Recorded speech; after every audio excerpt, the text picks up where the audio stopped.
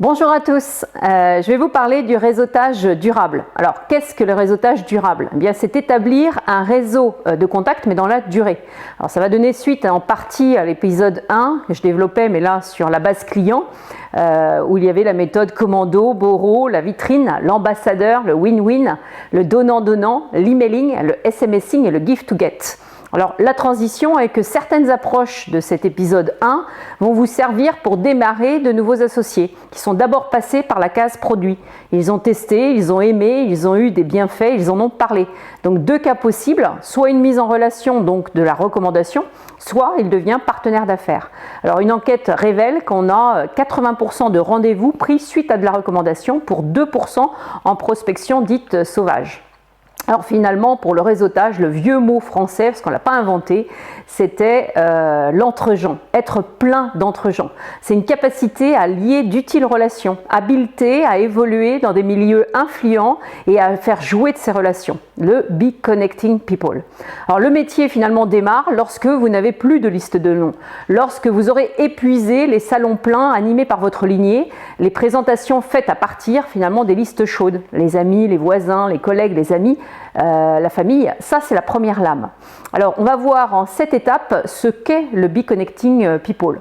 Alors pour ce faire, ça se travaille, ça s'apprend et on prend du temps et on prend le temps. C'est une notion très importante que je développerai. Alors quand on fait une approche, on ne fait pas une invitation. Alors comme indiqué, on l'approche. On fait connaissance. On ne sait pas encore ce que ça donnera d'ailleurs ce contact. Alors il y a 5 possibilités. Soit il sera sur le projet, soit le produit, en recommandation, parfois même un ami ou rien du tout. Mais c'est pas grave. Alors, où fait-on des contacts? Eh bien, partout, en étant détaché émotionnellement de préférence. Faire des contacts sans aborder le sujet de but en blanc. Pour alimenter et agrémenter ce module, j'ai vraiment pris plaisir parce que j'ai fait quelques investigations auprès de nos 10 meilleurs connecting people dans nos équipes et sans le faire exprès, ce fut très enrichissant parce qu'il y a parmi eux 5 hommes et 5 femmes aux approches très différentes. Alors, petite parenthèse, je m'interdis l'appellation de chasseur et de chasseuse, car que ce soit de la chasse à court ou de la chasse tout court, il y en a souvent que la fin de tragique, alors que là, non. Dans le pire des cas, ce contact peut devenir un ami ou un allié. Alors, cela dit, on assiste parfois réellement à de la chasse à court ou à de la chasse, et souvent je me dis, oh là là, vu comment il l'aborde, il va le tuer. Et effectivement, il a tiré dans le mille, c'est one shot, c'est fini, il n'y a plus de contact, il n'y a plus de réseau, il n'y a plus rien. Bon, alors cependant, dans mes 10 connecting people, aucun n'est allé la fleur au fusil. Leur point commun, c'est la préparation. Alors ils se sont préparés physiquement, l'attitude vestimentaire, même leur aptitude mentale. Ils ont aussi préparé des supports, parfois juste des cartes de visite et le choix de 2 casquettes, 2 cartes de visite. Vous voyez, j'ai l'exemple par exemple de 2 cartes de visite très différentes. Là, c'est ma casquette produit, donc celle-ci, je vais la sortir. Elle est très logotée, beautisanée, colorée, il y a une partie de la gamme. Et celle-ci, plutôt sur l'affaire.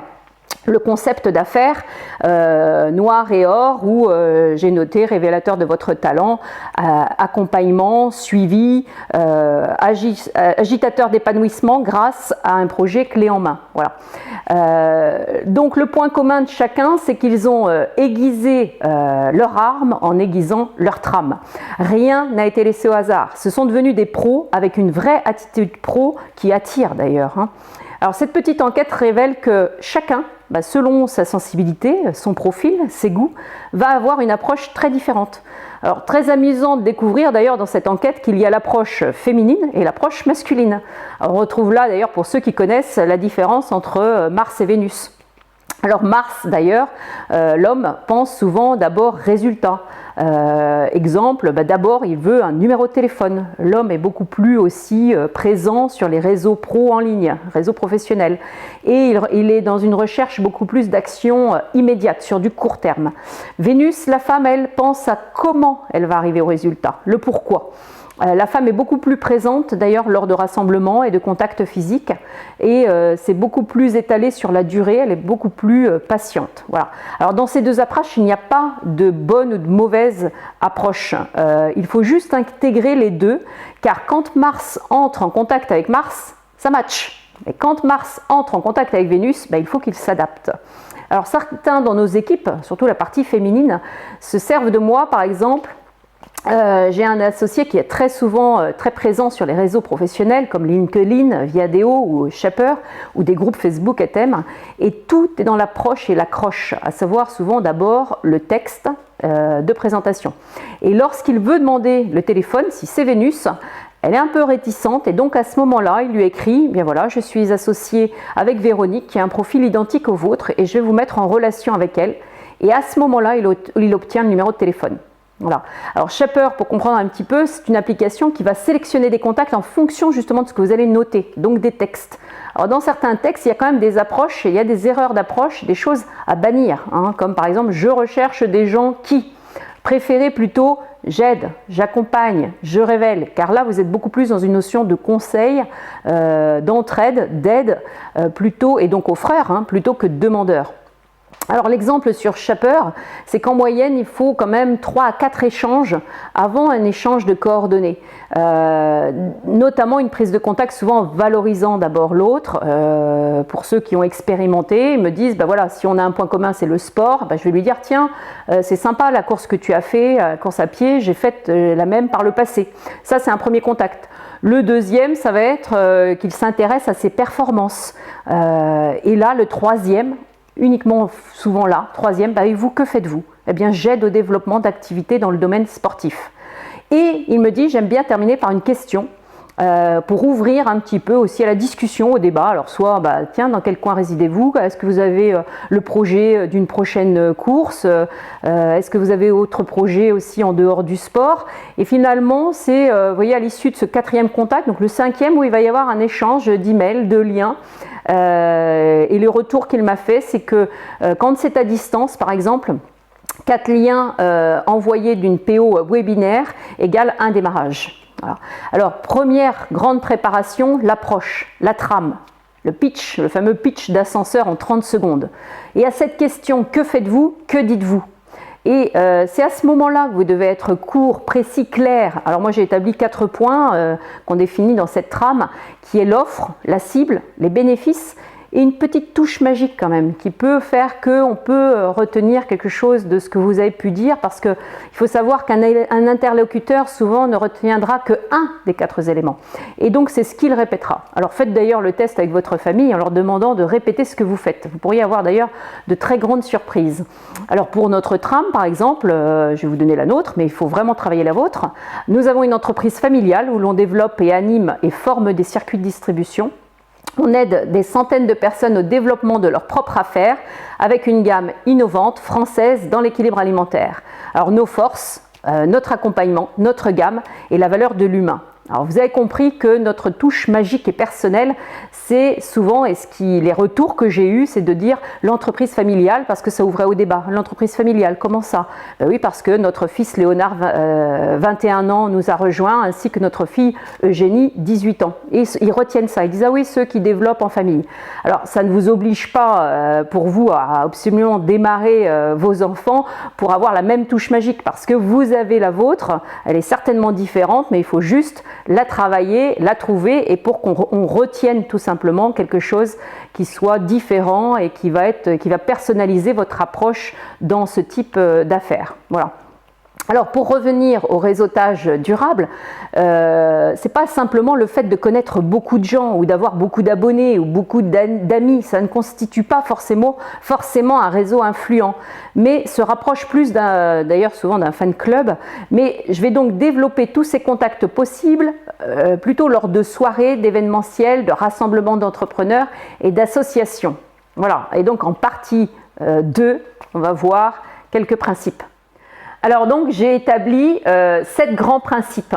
Le premier grand principe, c'est de donner pour recevoir et donner sans forcément chercher à recevoir. Il y a aujourd'hui trop de rendez-vous dans des réseaux professionnels ou des rassemblements, des associations où beaucoup ne viennent que chercher. Ils se servent, mais ils sont repérés d'ailleurs et ils se serviront qu'une seule fois. Ça, c'est vraiment un grand principe du réseautage. Le deuxième grand principe, soyez le connecteur ou devenez le connecteur de ces rassemblements-là. On retiendra de vous, ah il est sympa, il me donne des infos, des tuyaux, bio, des contacts. Faites vous-même d'ailleurs ce que vous lui demandez de faire. Recommandez autant que d'être recommandé. Parce que le réseautage, c'est un flux, ce n'est pas des stocks, ça circule. Passez du temps à mettre en relation. Et cela vous reviendra, mais peut-être, c'est vrai, sur le tard, 6 mois, 1 an, 3 ans. Parce que tisser des liens, ça prend le temps, surtout à l'autre, de vous ouvrir sa base de contact. Et sur une durée, il faut quand même imaginer qu'on peut ne se suffire que de 3 à 5 hyper bons contacts qui vont vous ouvrir leur carnet chacun de 200 contacts. Donc c'est vrai que mieux vaut finalement que vous voyez 10 fois un contact que vous voyez 10 fois que 10 contacts que vous voyez une seule fois. Le principe numéro 3, c'est que votre seule monnaie d'échange dans tous ces rendez-vous-là, c'est l'information. Ne soyez donc pas avare, au contraire, soyez généreux et ça va vous revenir au centuple. Vous découvrirez d'ailleurs que beaucoup de gens ont plaisir à aider. Sachez aussi leur rendre l'ascenseur, leur dire merci de m'avoir mis en contact et aussi le petit coup de fil, hein, même si ça n'a rien donné ce contact. On le remercie quand même, il se rappellera de ça et il aura quand même tendance à redonner d'autres contacts si ce geste a été fait. Et de se poser finalement la question, mais suis-je moi-même un bon contact ? Le principe numéro 4, c'est d'être visible, alors sur la toile, sur les réseaux sociaux et de manière professionnelle tant qu'à faire. Alors à vous de travailler votre image, votre cible, votre communication, votre look aussi. Hein.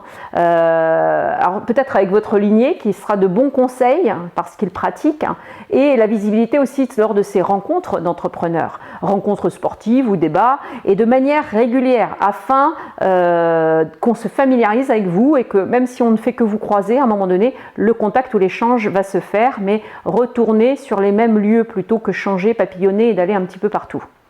Voilà, alors c'est vrai que parmi nos plus actifs Connecting People, ils ont une moyenne de 3-4 rendez-vous semaine, des sorties, différentes idées. Hein. Il y a par exemple, dans beaucoup de villes aujourd'hui, il y a des apéros filles, il y a des petits déjeuners blabla, hommes et garçons, hein, dédiés au bien-être, des after-work. Il y a les espaces aussi de coworking, mais alors là, l'intérêt, c'est d'y aller aux mêmes heures et mêmes jours, pour quand même toujours créer le lien. Les apéros entrepreneurs. Et puis il y a aussi l'agenda de nos CCI qui regorge de rendez-vous sympas. Par exemple, moi j'ai découvert qu'avec le circuit Bugatti, le fameux circuit des 24 heures, eh bien il y a un groupe d'entrepreneurs qui ont décidé de faire une petite activité sympa qu'ils ont appelé les meules bleues. En fait, voilà, ils sont en mobilette vintage, ils font un tour de circuit. Bah, vous pensez bien que ça va certainement créer des liens. Ça va enlever quand même plein d'idées reçues sur l'entreprise ou l'entrepreneuriat. Et voilà, c'est quand même des rendez-vous sympas. Vous en avez tous dans vos villes. On a des conférences aussi. Hein, dernièrement, parce que tout le monde est soucieux de la forme, eh bien, il y a eu des conférences sur entrepreneurs en forme. Comment allier performance et bien-être. Des soirées référencement aussi. Comment améliorer sa visibilité sur le web. Donc, regardez un petit peu dans ces ressorts-là, ces richesses-là. Alors, ce sont aussi surtout des sorties, mais selon vos goûts. Si vous aimez la bière, eh bien, allez échanger avec un expert de la bière. Hein. Si vous avez des enfants, bah, ça va être les sorties scolaires ou sportives. Et puis si vous êtes dans une association, c'est d'être vraiment dans le partage et investir du temps pour cette association. On crée des relations quand en général on prend du temps aussi pour l'association, quand on est dans l'échange. Les contacts physiques sont plus qualitatifs. Le principe numéro 5, c'est que la générosité donc ne se facture pas. Donc faites de ces sorties quelque chose de désintéressé, de manière naturelle, spontanée, simple. Et comme la réciprocité d'ailleurs ne se négocie pas non plus. Ça c'est quand même les fondamentaux, je dirais pas seulement du réseautage durable, mais tout simplement des relations humaines. Le principe numéro 6, c'est d'amplifier vos relations, mais surtout lorsque vous en avez le moins besoin, lorsque vous êtes en pleine forme. Car les gens, vous savez, souvent ont peur des gens affamés. Et c'est quand tout va bien que vous devez étoffer votre réseau, car l'abondance attire. Ça doit être un mode de vie et non un mode de survie. Voilà. Principe numéro 7, ce que j'ai appelé le follow-up, le mot anglais qui dit le suivi, je vous l'ai évoqué tout à l'heure, mais c'est vraiment un principe qui est important parce que dès qu'on vous donne un contact, tout de suite ayez le réflexe, la notion du suivi, entretenez le lien, le petit appel pour dire merci de ce contact, même s'il n'a rien donné, merci de m'avoir quand même d'avoir pensé à moi ou un petit texto. car on n'achète pas, on achète autant ce que vous êtes que ce que vous promettez, et on ne fait pas confiance aux mots mais aux actions. Voilà. Alors en résumé, le champion du réseautage, quel profil pourrait-il avoir, le réseautage durable? Bien, je dirais dans ceux que je vais évoquer, ces profils, c'est qu'il y a quand même beaucoup de points communs avec Comment se faire des amis d'Dale Carnegie. Il est généreux, il possède et partage son savoir, il est curieux et toujours à l'écoute, il est penseur possibilités et apporteur de solutions. Il est intègre, organisé, enthousiaste et proactif, et il joue collectif surtout. Il est tourné vers l'autre et toujours au service. Alors on se souvient de lui car il est un contact agréable, une bouffée d'oxygène par son optimisme, et il devient souvent la tête d'un réseau de rendez-vous finalement, des rendez-vous par exemple entrepreneuriat ou voilà, parce qu'il est le connecteur. C'est celui qui est le premier à la mise en relation entre deux personnes avant même de demander quoi que ce soit pour lui. Alors le fait d'appliquer aussi les 3 C, c'est connaissance, compétence, confiance. Connaissance, c'est juste créer du lien autour de ce que vous êtes, de ce que vous aimez, de ce que vous pouvez lui apporter. C'est le premier contact que vous allez faire. Ensuite, on va aller sur les compétences, c'est-à-dire l'échange autour de votre savoir, votre expertise, votre professionnalisme. Et vient la confiance. Il fera confiance à vos actions plus qu'à vos mots, hein, et donc faites vos preuves. Alors faire des contacts, c'est donc sortir, c'est prendre plaisir. C'est faire un tour de meule au circuit Bucati, et là vous voyez bien que c'est pas une contrainte, hein. Et tous ensemble, avec tous les contacts que vous allez pouvoir faire de manière festive, hein, et désintéressée, eh bien on fêtera justement notre 15e anniversaire au Zénith d'Orléans les 20 et 21 octobre, et autour de cet événement d'ailleurs, créez vous-même l'événement. Vous pouvez être l'entre-gens, hein. Alors à tous et à tous les entre-gens, bon vent.